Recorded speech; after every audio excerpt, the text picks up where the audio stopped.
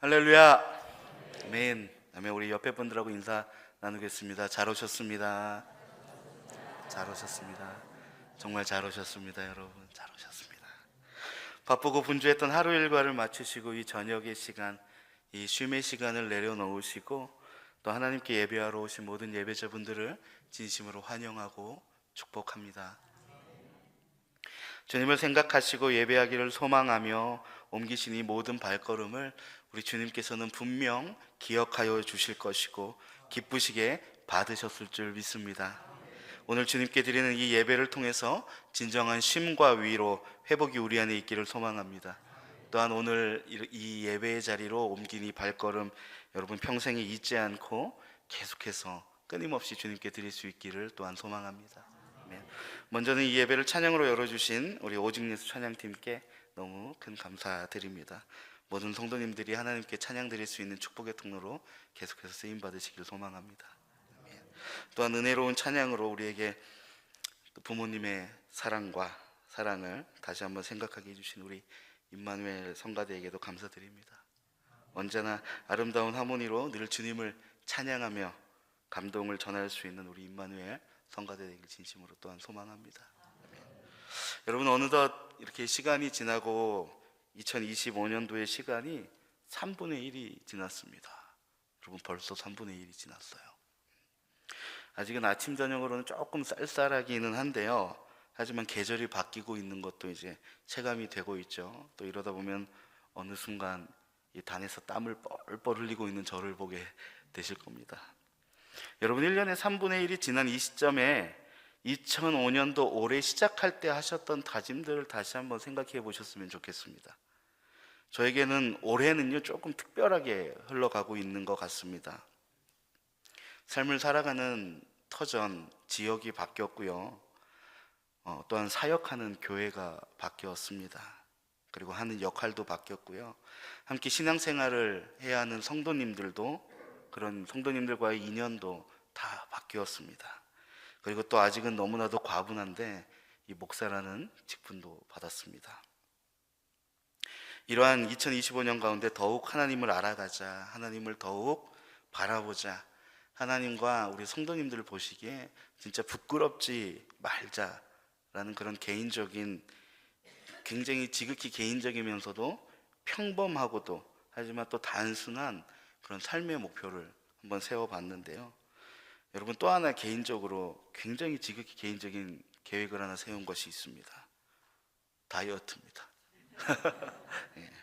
지난주에서야 본격적으로 시작을 하고 있기는 합니다만 여러 가지로 좀 미루다가 독하게 마음 먹고 이제 지난주부터 시작을 했습니다. 여러분 저에게 먹이를 주지 마십시오. 예. 먹이를 주시면 안 됩니다. 예. 벌써 좀 홀쭉해졌다고 하시는 분이 계시는데 그런가요 여러분? 네. 여러분 여기 계신 분들도 어떠한 형태로든지 올해 계획 혹은 인생의 계획 아니면 그리스도인으로서 신앙의 계획을 세우셨을 텐데요. 여러분 잘 지켜가고 계신가요? 아멘. 좋습니다. 네. 아니면 혹시 삶의 바쁨이라는 단어에 가려져서 지켜내지 못하고 있는 그런 혹시 다짐들도 있으신가요? 여러분 바라옵기는 다시금 잘 정비하시고 잘 정비하셔서 올 한 해 이루고자 하시는 것들 주님 안에서 풍성히 열매 맺을 수 있는 은혜가 있기를 진심으로 소망합니다. 여러분 오늘 본문 말씀에도요 저처럼 이렇게 무언가를 미루다가 다시 시작한 나라가 등장합니다. 어느 나라일까요? 이스라엘입니다. 여러분 이스라엘은요 하나님께서 아브라함에게 했던 언약대로 큰 민족을 이루었으나 하나님을 자신들의 주권자로 생각하지 못하고 눈앞에 보이는 그런 왕을 요구하면서 통일왕국의 시대가 시작되었습니다. 그러나 이후에 그 나라가 남유다 북이스라엘로 이제 갈라지게 되었고요. 그들은 각각 아수르와 바벨론에 의해서 멸망하게 됩니다. 그 과정 가운데 이스라엘의 정체성이자 하나님이 거하시던 그 성전이라는 곳이 완전히 무너지게 됩니다. 그들은 나라와 정체성을 잃은 채 흩어져서 살게 되면서 소위 말하는 포로 시대가 시작이 됩니다. 그리고 하나님께서 예레미야를 통해서 말씀하신 대로 70년 뒤에 바벨론은요 바사 제국에 의해서 무너지게 되었고, 바사왕 고레스에 의해서 이스라엘은 나라를 되찾을 기반을 마련하게 됩니다. 여러분, 에스라 1장 1절과 2절을 읽어보겠습니다. 바사왕 고레스 원년에 여호와께서 예레미야의 입을 통하여 하신 말씀을 이루게 하시려고 바사왕 고레스의 마음을 감동시키심에 그가 온 나라에 공포도 하고 조소도 내려 이르되, 우리 2절은 함께 읽겠습니다. 바사왕 고레스는 말하노니 하늘의 하나님 여호와께서 세상 모든 나라를 내게 주셨고 나에게 명령하사 유다 예루살렘에 성전을 건축하라 하셨나니. 아멘. 여러분, BC 536년경 바사왕 고레스에 의해 이스라엘은요 1차 포로 귀환이 이루어지게 됩니다. 이때 고레스는 이스라엘을 귀환시키면서 예루살렘의 성전을 재건하라라고 합니다. 하나님께서 이 고레스의 마음을 움직이신 거예요. 그리고 성전 재건을 위한 기반도 전부 다 마련을 해줍니다.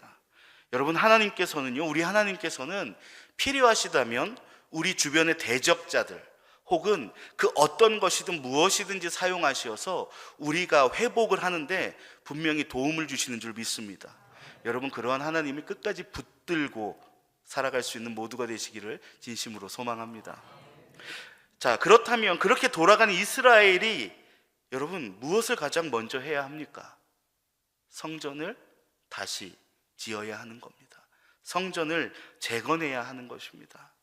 자신들의 포로 생활이 끝난 이유도 그렇고요, 자신들의 정체성의 회복과 나라의 회복을 위해서 가장 먼저 해야 하는 것이 바로 그 하나님이 거하시는 곳, 성전을 재건하는 것이 가장 중요한 일이었습니다. 하지만 주변의 방해와 음모, 갖가지 이유로 이 성전 재건은요 미루어집니다. 결국은요 그렇게 미루어지다가 결국은 그 성전 재건이 어떻게 됩니까? 완전히 중단되게 되는 거예요. 멈춰지게 되는 거예요. 마치 우리의 새해의 계획과 같이 말이죠. 그 기간이 무려 16년 동안 그 성전 재건은 멈춰지게 됩니다.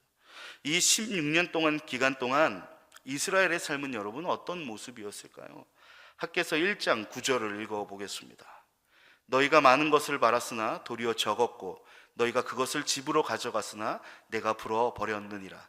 나 만군의 여호와가 말하노라. 이것이 무슨 까닭이냐? 내 집은 황폐하였으되 너희는 각각 자기의 집을 짓기 위하여 빨랐음이라. 아멘. 9절 초반에 보면요, 많은 것을 바랐으나 도리어 적었고 집으로 가져갔으나 하나님이 불어 버렸다라고 말씀은 기록하고 있습니다. 이것으로 미루어 보건대 이스라엘의 모습은요 여러분 어떠하였을 것 같습니까? 경제적으로나 신앙적으로나 굉장히 좀 궁핍한 삶을 살아가고 있었던 것 같습니다. 그들이 왜 이렇게 살고 있었습니까? 하나님이 불어버리셨기 때문입니다. 그들이 아무리 모아봤자, 집으로 가져가봤자 하나님이 불어버리셨다라고 하는 거예요.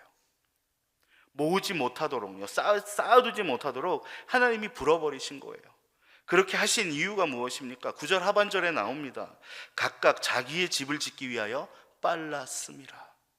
성전 재건을 위해 포로 생활에서 건져내어서요 이스라엘로 보냈는데 다시 집으로 돌아오게 했는데 성전 재건은 멈추었고요, 각각 자기의 살 길만 찾기에 바빴기 때문이다라고 오늘 말씀을 기록하고 있는 거예요. 여러분, 근데 사실은 어느 정도 좀 이해가 되는 부분도 있습니다. 70년이었습니다. 한 세대가 되는 시간이에요. 그런 70년, 한 세대에 가까운 그 시간 동안이나 포로 생활을 했습니다. 나라를 잃었고 다른 나라에서 생활을 했어요. 그런 생활을 마치고 다시 자신들이 살던 곳으로 돌아왔는데 여러분, 거기에 남아있는 것이 있겠습니까? 만약에 태어나자마자 그곳으로 갔다가 하더라도 돌아왔을 때 몇 살입니까? 70입니다. 살던 집에 왔다고, 그 터에 왔다고 하더라도 그 집이 남아 있겠습니까? 다시 집을 짓기도 해야 하고요, 또 나라도 안정이 돼야 하고요, 삶이 안정이 돼야 하고요. 그래야 좀 다른 것도 신경 쓸 수 있지 않겠습니까, 여러분? 게다가 성전을 지으려고만 하면 주변에서 자꾸 방해하고 음모를 펼쳐서 못 지을 상황을 자꾸 만들게 되니 얼마나 그들이 지치고 고되고 힘들겠습니까? 그런데요 여러분, 그런 이유들이 쌓이고 쌓이다 보니까 그들이 바사에서부터 돌아온 이유, 그들에게 가장 중요한 것, 이스라엘이란 나라의 정체성, 민족의 정체성, 바로 하나님, 그 하나님이 거하실 그 성전의 재건이 바로 뒤로 밀리게 된 것입니다. 이제는 누구 하나 이 성전을 다시 짓자라고 하는 사람이 없게 된 겁니다. 좋은 핑계 다 갖다 붙여도요 여러분, 사실은 자기의 집 짓기 빨랐기 때문이었습니다. 여러분, 우리의 믿음, 우리의 신앙생활의 모습에서요 혹시 이러한 모습이 없는지는 생각해 보아야 합니다. 하나님, 이것만요. 하나님, 지금 이게 좀 급해서요. 지금 이거 엄청 급하거든요. 하나님 다 아시잖아요. 하나님, 이것만 하고 갈게요. 지금 상황 어쩔 수 없잖아요. 제가 예전에 청소년부를 담당했을 때요 여러분, 4월, 7월, 10월, 12월 딱 이 4달만 되면요 아이들의 결석률이 급증을 합니다. 여러분, 그 이유가 무엇일까요? 맞습니다. 시험이 있거든요. 1학기 중간고사, 기말고사, 2학기 중간고사, 기말고사. 하나님, 급한 거 아시죠? 이해하시죠? 이렇듯 삶의 순간에 급하다는 이유로, 바쁘다는 이유로, 어쩔 수 없다는 이유로 하나님을 내 우선순위에서 미루고 있지는 않은지, 여러분, 우리는 우리의 삶을 반드시 돌아보아야 한다라는 것입니다. 여러분, 하나님이 그렇게 참다가요 16년의 시간이 지난 후에 학계 선지자를 통해서 말씀하십니다. 이제 좀 지어라, 그렇게 얘기하시는 거예요. 오늘 본문 14절에 보니까 드디어 성전 재건이 시작이 됩니다. 학계 1장 1절과 15절을 한번 읽어보겠습니다. 먼저 1절입니다. 다리오 왕 제2년 여섯째 달 곧 그 달 초 하루에 여호와의 말씀이 선지자 학계로 말미암아 스알디엘의 아들 유다 총독 스룹바벨과 여호사닥의 아들 대제사장 여호수아에게 임하니라. 이르시되, 다음은 15절입니다. 그때는 다리오 왕 제2년 여섯째 달 24일이었더라. 여러분, 1절에 다리오 왕 제2년 여섯째 달 초 하루라 그랬습니다. 제2년 여섯째 달 곧 그 달 초 하루, 1일이죠, 1일. 그리고 15절에 보니까 다리오 왕 제2년 여섯째 달 24일. 그러니까 여러분, 며칠이에요? 23일이죠. 그 23일에 무슨 일이 있었느냐? 아까 14절에 성전 건축이 시작됐다 그랬죠. 그러니까 16년 동안 멈추어 있었던 성전이 23일 만에, 하나님의 말씀이 선포된 그때 23일 만에 다시 지어지기 시작되었다라는 것입니다. 무려 16년 동안 멈춰져 있었던 그 성전의 재건이 23일 만에 시작이 된 거예요. 하나님의 말씀이 임했을 때 이스라엘은요 그 마음에 감동이 되어서 하나님의 성전을 다시 짓기 시작한 것입니다. 여러분, 우리도 이러하기를 소망합니다. 하나님의 말씀이 전해지고 있는 이때에, 하나님의 말씀이 전해지는 이곳에, 하나님이 주목하고 계시는, 예배드리는 우리를 주목하고 계시는 지금 이때에, 지금 바로 이 순간 우리의 신앙, 우리의 믿음을 다시 한번 견고히 세울 수 있기를, 결단하고 기도할 수 있기를 진심으로 소망합니다. 여러분, 혹시 삶의 여러 가지 이유로 하나님께 예배하는 것을, 아니면 하나님을 내 우선순위에, 내 삶의 우선순위에, 제 1순위에 두는 것을 미루고 있었다면요, 여러분, 그랬던 것이 있다면요, 여러분, 더 이상 하나님을 미루지 않기를 소망합니다. 하나님의 말씀이 전해지던 끝에 16년 동안 멈추어 있었던 성전 재건이 학계 선지자를 통해서 하나님의 말씀이 선포되어진 그때 23일 만에 지어지기 시작된 것과 같이, 오늘 하나님의 말씀이 전해지는 지금 우리 마음의 성전, 여러분 신앙의 성전, 믿음의 성전을 여러분 다시 한번 쌓아 올릴 수 있기를 진심으로 소망합니다. 여러분, 아무리 그럴싸한 이유를 갖다 대보아도요, 하나님보다 먼저인 것은 절대로 있을 수가 없습니다. 나의 삶에 있어서 하나님보다 먼저인 것이 있어서 그것이 하나님께 나아가는 것을 방해한다면, 나의 삶에 있어서 하나님보다 먼저인 것이 있어서 내가 하나님의 전을 쌓는 것을 방해하는 것이 있다면요, 여러분 오늘 이 시간 그것을 모두 버려버리시길 소망합니다. 그러한 결단이, 그러한 과감한 결단이, 결단의 용기가 오늘 우리에게, 지금 우리에게 있기를 진심으로 소망합니다. 여러분, 우리 믿음의 성전을 다시 이렇게 쌓기 위해서, 다시 세우기 위해서 여러분 가장 효과적인 방법이 무엇이 있겠습니까? 바로 하나님을 더 알고 하나님과 가까워지는 거예요. 그렇다면 하나님을 더 알고 하나님과 더 가까워지는 게 여러분 가장 빠른 방법이 무엇이겠습니까? 무엇일까요? 여러분이 지금 하고 계신 거 맞습니다. 예배인 줄 믿습니다. 예배예요, 예배. 여러분이 예배에는요 찬양이 있습니다. 예배에는요 기도가 있습니다. 예배에는요 말씀이 있습니다. 여러분, 예배는 다 있습니다. 우리가 이런 예배의 자리를 신실히 사모하고 간절히 원하고 가장 먼저 지킨다면요, 우리의 믿음의 성전을 견고히 쌓을 수 있게 되고, 그곳에는요 하나님께서 임재하는 은혜를 분명히 경험하게 될 줄 믿습니다. 여러분, 다시 한번 제가 청소년부를 담당할 때 이야기를 하나 해보겠습니다.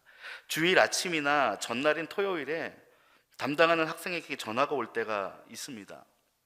전도사님, 제가 좀 이러이러해서 제가 정말 부득이하게 예배에 못 갈 것 같아요. 전도사님, 그래도 제가 꼭 예배 진짜 가고 싶었는데 어쩔 수 없거든요. 제 마음, 근데 진짜 제 마음은 제가 예배 함께 드리고 있는 거 아시죠? 제가 몸은 딴 데 가도 제가 마음은 꼭 전도사님과 함께 해요. 하나님과 함께 하는 거 아시죠? 그러면 저는 뭐라고 대답할까요? 그래, 알았어. 어디에 있든지 예배하는 마음 변치 마. 전도사님도 함께 기도할게. 여러분, 제가 이럴까요? 제가 이렇게 대답했을까요? 여러분, 아닙니다. 제가 마음은 멀리 있어도 함께 거기 있을게요. 몸은 멀리 있어도 마음은 거기 있을게요. 딱 이러면 아니야. 마음은 너가 가야 할 곳에 보내고 몸은 여기 와. 딱 그렇게 얘기해요, 제가. 마음은 여기 안 와도 되니까 몸은 예배당에 와. 졸더라도 예배당 와서 졸아. 이렇게 얘기하는 거예요. 여러분, 몸이 멀어지면 마음이 멀어진다는 이야기 들어본 적 있으시죠? 어떻게 보면 여러분, 신앙에서도 마찬가지예요. 내가 좀 바빠서, 이게 좀 급해서, 일 때문에 어쩔 수 없어서, 오늘 너무 피곤해서 오늘 예배는 조금 힘들겠는데, 그래도 내 마음은 하나님 보고 있으니까 하나님 이해하실 거야. 온라인으로 드리니까 뭐 좀 하나님도 다 아실 거야. 예배 다 똑같은 예배지 뭐. 여러분, 맞아요. 예배 다 똑같은 예배 맞습니다. 어쩔 수 없이 예배의 자리 못 지킬 수도 있습니다, 여러분. 어쩔 수 없이 정말 부득이하게 다른 곳에 가서 예배 드릴 때도 있고요, 온라인으로 예배 드려야 할 때도 있습니다. 정말 어쩔 수 없이 그럴 때 있어요. 여러분, 예배에 한두 번 빠진다고 해서 하나님이 나를 버립니까? 버리지 않습니다. 여러분, 예배에 몇 번 빠진다고 해서 우리가 받은 구원이 취소될 일이 있습니까? 여러분, 절대로 그럴 일 없습니다. 여러분, 하나님께서도 성전 재건이 하루 늦었다고 다음날 성전 안 짓니? 이렇게 얘기하셨습니까? 아닙니다. 하나님 16년 기다리셨습니다. 여러분, 그런데 그렇게 쌓이고요, 여러분, 그렇게 미루다 보면요, 어느샌가 빠지고 미루는 것이요, 어떻게 됩니까? 당연하게 되는 거예요. 여러분, 이 놀라운 이치 여러분 너무 잘 알고 계시잖아요.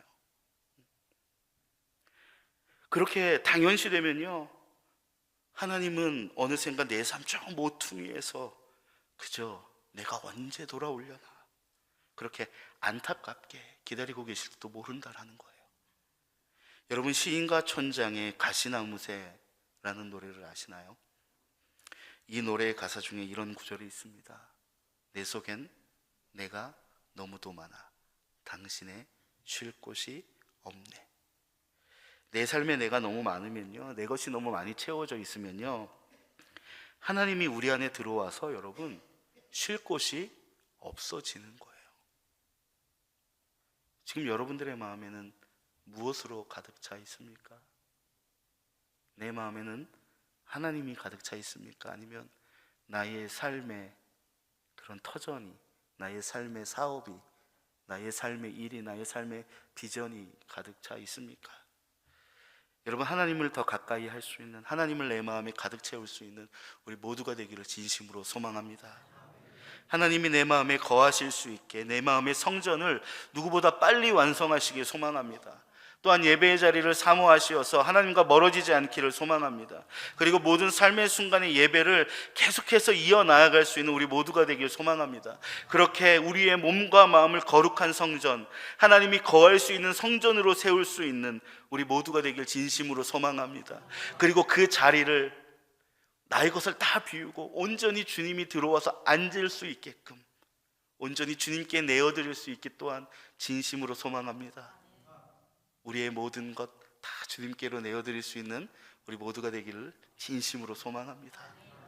여러분, 한 가지 더 생각해 보려고 합니다. 이 성전 재건을 앞장선 두 명의 리더가 있습니다. 여러분, 스룹바벨과 여호수아입니다.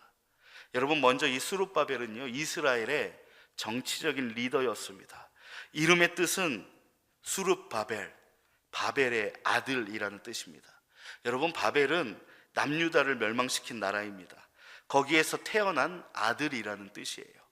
이름에서 알 수 있듯이 스룹바벨은요, 이스라엘이 포로 생활을 할 때 그때 태어난 사람인 거예요. 성전을 본 적도 없는 사람이에요. 성전을 본 적도 없다라는 거예요.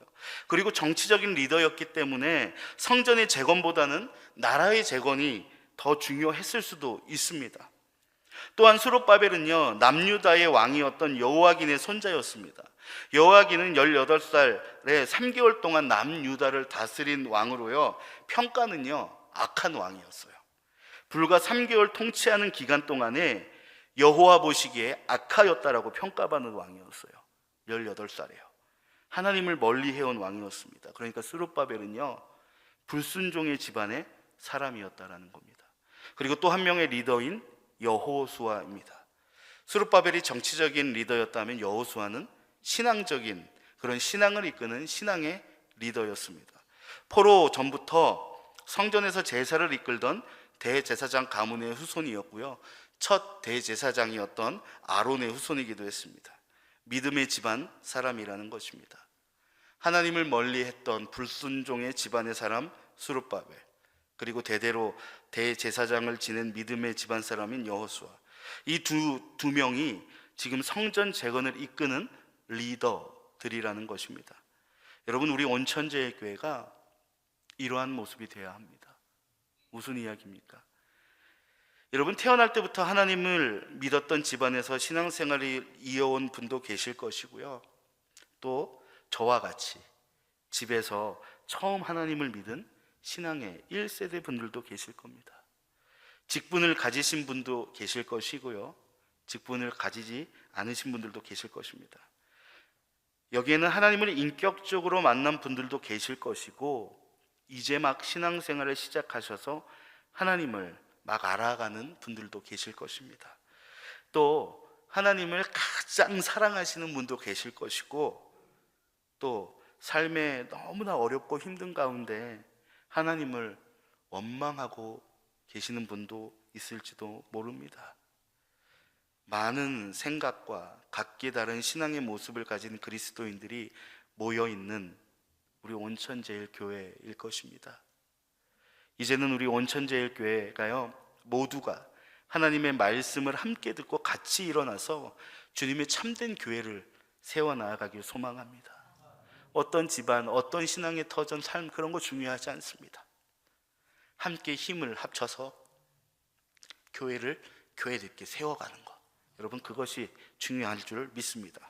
개인의 믿음의 성전은 물론이거니와 우리가 예배드리기 위해서 모이는 이 처소 예배당 온천제일교회를 하나님의 전으로 아름답고 훌륭하게 정말 하나님 앞에 잘했다 칭찬받도록 세워나갈 수 있는 우리 모두, 우리 교회가 되기를 진심으로 소망합니다.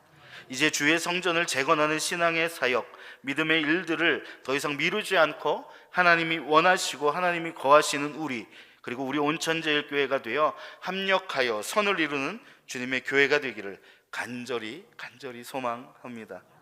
기도하겠습니다.